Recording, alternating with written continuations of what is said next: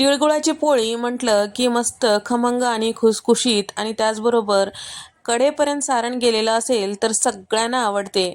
पण ते सगळ्यांना जमत नाही. काही मोजक्या टिप्स वापरून जर तुम्ही पोळी करताल तर या पद्धतीची पोळी तुमची नक्कीच बनणार आहे. या संक्रांतीसाठी नक्की बनवा मस्त तिळगुळाची पोळी. नमस्कार, सविताज किचन मराठीमध्ये अगदी मनापासून स्वागत आहे. चला तर मग खमंग खुसखुशीत कडेपर्यंत मस्त सारण गेलेली तिळगुळाची पोळी कशी करायची ते पाहूया. तर या इथे मी 2 कप तीळ घेतलेले आहे, स्वच्छ निवडून घेतलेले आहे आणि त्याचबरोबर 2 कप इथे मी गूळ घेतलेला आहे, चिरून घेतलेला गूळ घेतलेले आहे. तर आता कढईमध्ये आपल्याला तीळ टाकून छान असं व्यवस्थित तडतडेपर्यंत भाजून घ्यायचं आहे. गॅसचा फ्लेम मोठा करायचा नाही हे लक्षात ठेवा. या पद्धतीने तीळ जेव्हा तडतडू लागतात तेव्हा आपल्याला ताटामध्ये काढून घ्यायचं आहे. तर पोळीसाठी इथे मी 2 कप गव्हाचं पीठ घेतलेलं आहे. त्यामध्ये साधारण एक पाव चमचा मीठ टाकून घेतलेलं आहे. सगळं छान व्यवस्थित मिक्स करून घ्यायचं आहे. आणि त्यानंतर इथे मी पाव कप तेल घेतलेलं आहे. थोडं थोडं करून आपल्याला यामध्ये मिक्स करून घ्यायचं आहे. छान व्यवस्थित पिठाला लावून घ्यायचं आहे.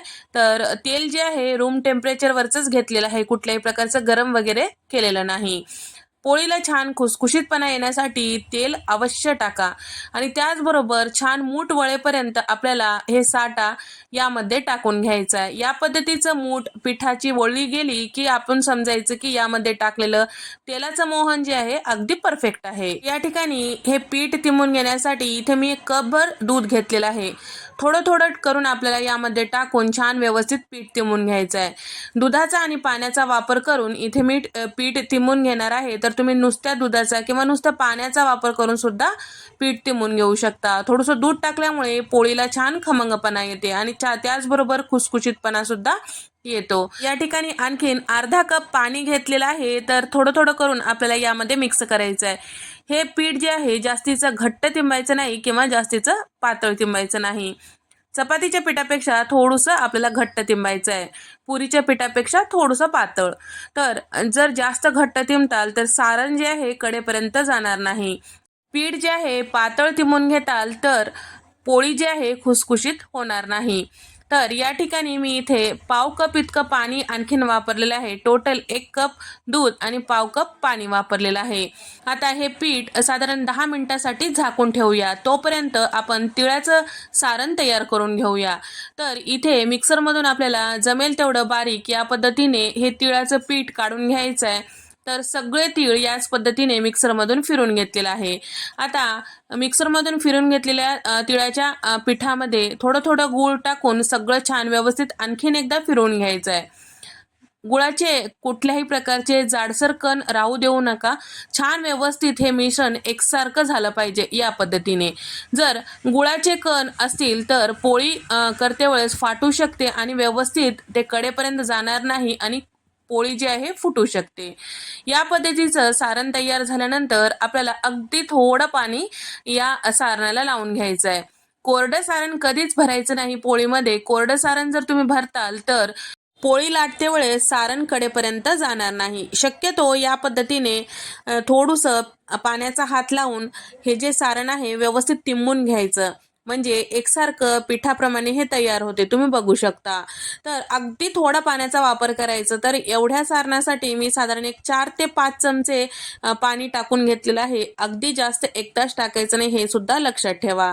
तर ज्या पद्धतीचं पीठ आहे त्याच पद्धतीचं आतमधलं सारण सुद्धा तयार करून घ्यायचं, म्हणजे जेव्हा आपण पोळी लाटून घेतो एकसारखं सारण व्यवस्थित पसरले जाते. तर या ठिकाणी या सारणाचे आपल्याला या पद्धतीने उंडे तयार करून घ्यायचे आहे, जेणेकरून आपल्याला पोळी पटापट करता येईल. तर या पद्धतीचे मी इथे उंडे तयार करून घेतलेले आहे. साधारण 11 उंडे इथे तयार झालेले आहे. तर तुम्ही तेल लावून हे पोळी करू शकता किंवा थोडंसं लावून सुद्धा तुम्ही हे पोळी लाटून घेऊ शकता.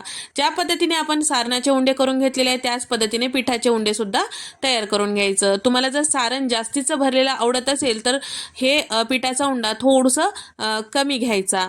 आणि इथे पिठाचे उंडे आणि सारणाचे उंडे तयार झालेले आहेत. आता पोळी लाटून घेऊया. लाटून घेण्यासाठी इथे मी गव्हाचं कोरडं पीठ घेतलेलं आहे आणि तयार करून घेतलेलं पिठाचा उंडा या कोरड्या पिठामध्ये थोडंसं घोळून घ्यायचं आणि व्यवस्थित हाताने पुरीप्रमाणे छोटंसं तयार करून घ्यायचं. आणि तयार करून घेतलेलं सारणाचं जे उंडा आहे या पिठामध्ये ठेवून घ्यायचं आणि व्यवस्थित याच्या कडा वरच्या साईडला ओढून घ्यायचं आणि एक ठिकाणी करून घ्यायचं। तुम्हाला जर वाटत असेल पीठ एक्स्ट्रा वाटत असेल तर वरचं जे पीठ आहे तुम्ही काढून घेऊ शकता।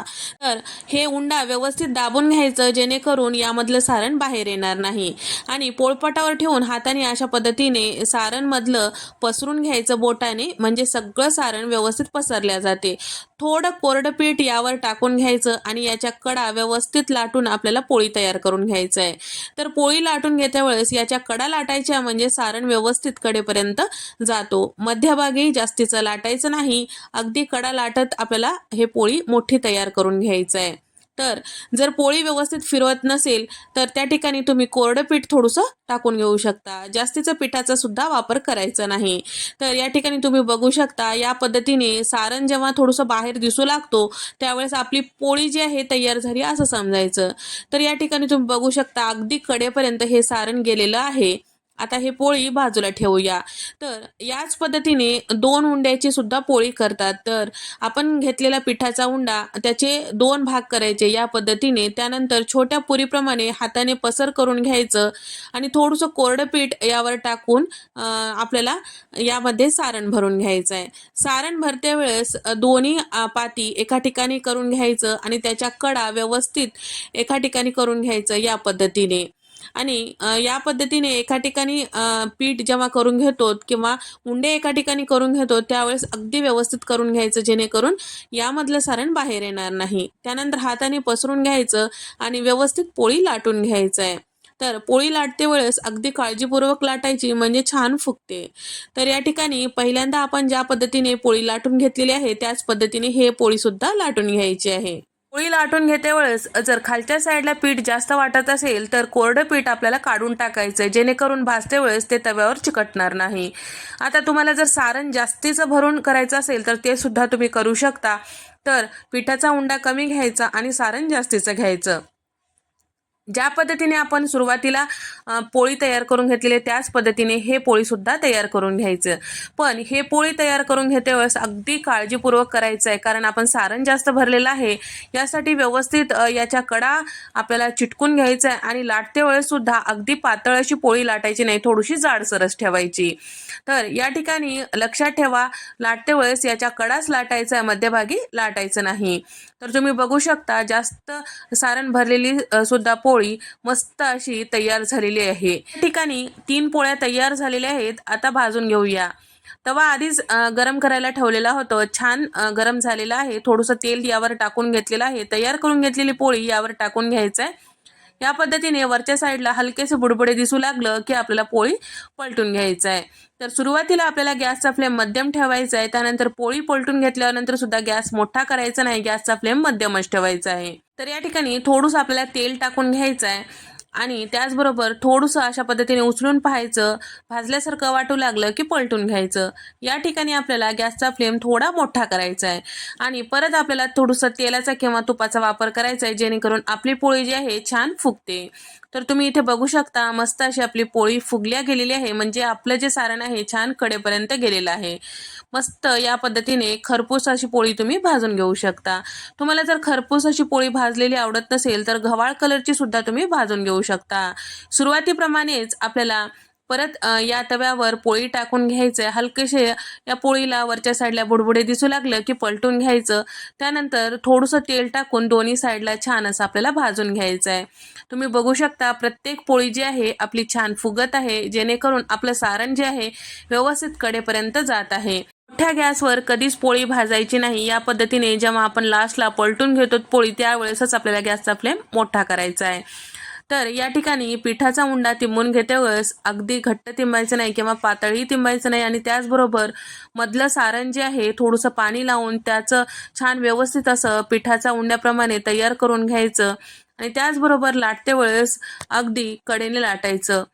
तयार करून घेतलेली पोळी या पद्धतीने एखाद्या जाळीवर टाकून घ्यायची किंवा कॉटनच्या कापडावर टाकून थंड झाल्यानंतर मग एकावर एक रचून ठेवायचं, म्हणजे पोळी छान खुसखुशीत तयार होते। तर तुम्हाला हा व्हिडिओ आणि यामधले सांगितलेले टिप्स आवडल्यास व्हिडिओला नक्की लाईक करा आणि त्यासोबत चॅनल सबस्क्राईब करायला विसरू नका। तुम्हाला हा व्हिडिओ कसा वाटला नक्की कमेंट करून सांगा। नंतरच्या रेसिपीमध्ये भेट द्या।